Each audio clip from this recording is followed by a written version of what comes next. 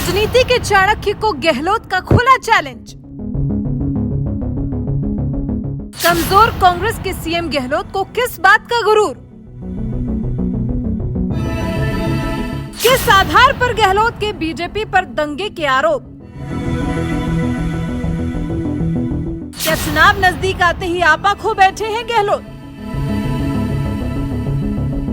राजस्थान में विवाद पर विवाद, गहलोत के बीजेपी पर सवाल।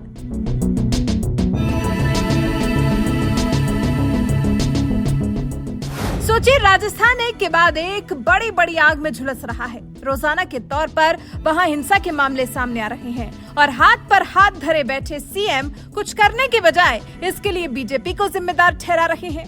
माना कि विपक्ष का काम होता है कोसना, लेकिन ये क्या, आप अपने राज्य की स्थिति संभालने के लिए कुछ करेंगे नहीं और आरोप मढ़ देंगे बीजेपी पर। गहलोत साहब, अगले साल प्रदेश में चुनाव है। कम से कम चुनाव से ठीक पहले तो ऐसा मत करिए। कम से कम चुनाव से पहले तो अपने आंखें, कान, नाक, मुंह खुले रखिए, जिससे हर स्थिति को कम से कम अपने मन में तो ठीक से नाप तोल सकें। अभी जो गहलोत ने गृह मंत्री अमित शाह को चुनौती दी है, उससे तो यही लग रहा है कि गहलोत अपनी सरकार बचाने के लिए बीजेपी के कंधे का इस्तेमाल कर रहे हैं। अगर दम है अमित शाह जी के अंदर तो गृह मंत्रालय को एक कमेटी बनाए, हाई कोर्ट जज हो, सुप्रीम कोर्ट जज हो, कि वास्तव में 7 राज्यों में दंगे भड़के करौली के बाद में, उसके जड़ में क्या था, क्या भावना थी, क्या इनकी प्लानिंग थी, किस रूप में दंगे भड़काने की प्लानिंग थी, तो तमाम बात सामने आ जाएगी। आगे दंगे होने रुक जाएंगे, ये मेरा मानना है।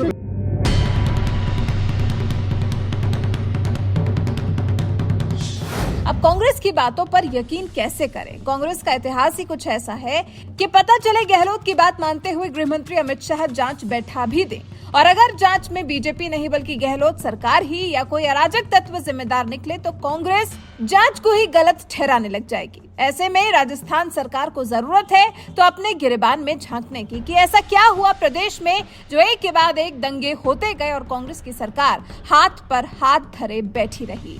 बीजेपी का बिना नाम लिए गहलोत ने कहा, और आप देखो, आग लगा रहे हैं सब जगह, एजेंडा बना रहे हैं, धरने दे रहे हैं। ये तो इनकी प्लानिंग थी दंगे भड़काने की। करौली के बाद में जोधपुर के अंदर, रामगढ़ में इनका खुद का बोर्ड है, वहाँ पे भी। ये तो ठीक है, हम लोगों ने पूरा प्रयास करके टाइमली एक्शन कर लिया, इसलिए छूट-फूट घटनाएं हो गई, कहीं आगजनी हुई, हमने अरेस्ट कर लिया सब लोगों को। कुछ लोग भागते फिर रहे हैं, उनको छोड़ेंगे नहीं हम लोग। पर ये हमने तय कर रखा, किसी भी कीमत पर राजस्थान में हिंसा नहीं होने देंगे और ये जो इनकी हरकतें हैं इनका मुकाबला करेंगे। हम चाहेंगे कि चाहे कोई पॉलिटिकल पार्टी के लोग हों, हिंसा का कोई समर्थन नहीं करें। हम सब जनप्रतिनिधि हैं, पहला कर्तव्य हम लोग अमन चैन कायम रहे, शांति भाईचारा प्रेम मोहब्बत रहे आपस के अंदर। ये हमारा फर्ज सबका होना चाहिए। और मैं सबसे अपील करना चाहूँगा, चाहे वो किसी पार्टी के लोग हों, कि समय रहते हुए आप अपना जो सोच है उसको बदलो और सब हम लोग भाईचारे के साथ रहें, अपनी अपनी विचारधारा के साथ में राजनीति करें।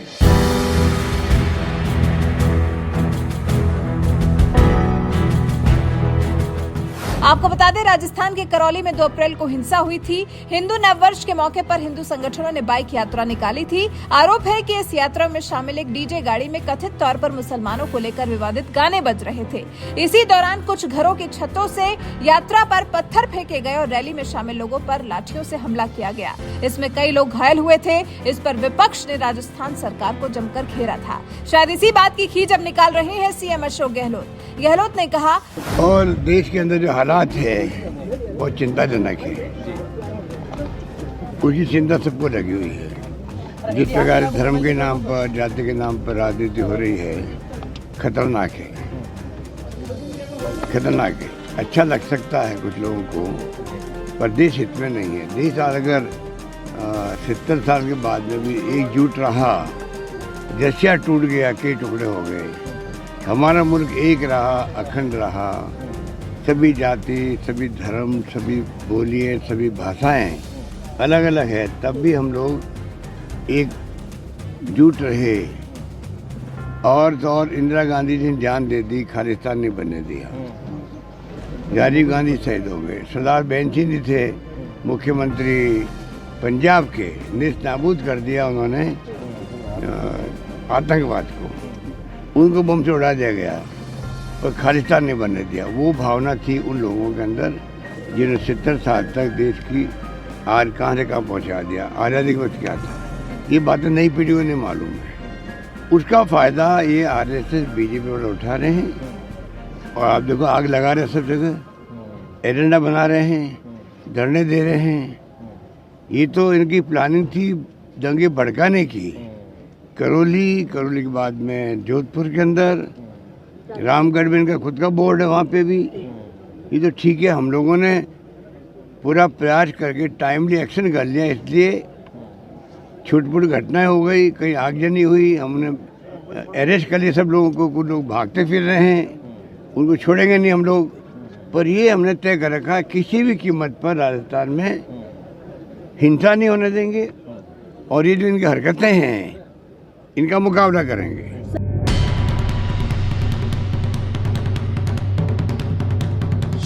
वैसे मुकाबला करने के लिए काफी लेट हो गए हैं गहलोत साहब। राजस्थान में उनके मुकाबला करने के दम भरने से पहले ही 7 अलग अलग जगहों पर दंगे भड़क चुके हैं। अब जब चुनाव आते ही इन दंगों पर जवाब देने की बारी आई तो आ गए गहलोत खुद को बचाने और बीजेपी को घेरने के मोड में।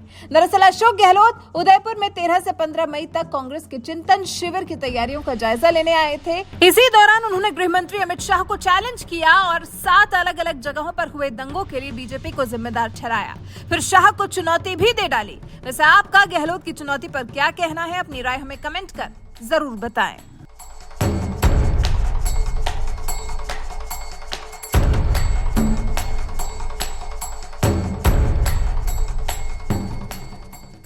और देश के अंदर जो हालात है बहुत चिंताजनक है,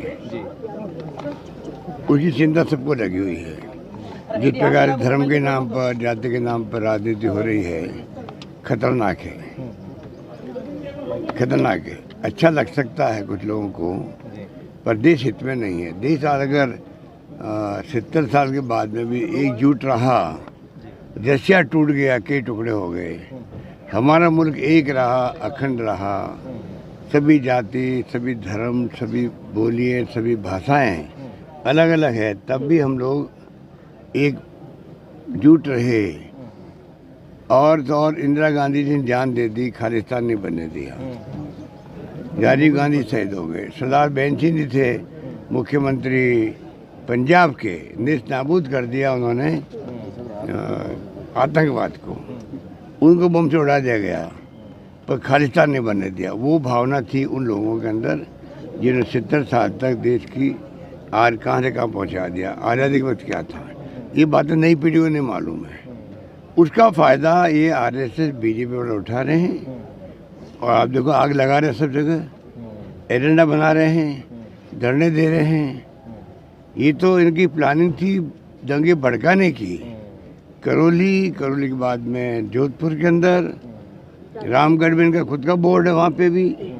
ये तो ठीक है, हम लोगों ने पूरा प्रयास करके टाइमली एक्शन कर लिया, इसलिए छुटपुट घटनाएं हो गई, कहीं आगजनी हुई, हमने अरेस्ट कर लिया सब लोगों को। कुछ लोग भागते फिर रहे हैं, उनको छोड़ेंगे नहीं हम लोग। पर ये हमने तय कर रखा, किसी भी कीमत पर राजस्थान में हिंसा नहीं होने देंगे और ये जो इनकी हरकतें हैं इनका मुकाबला करेंगे।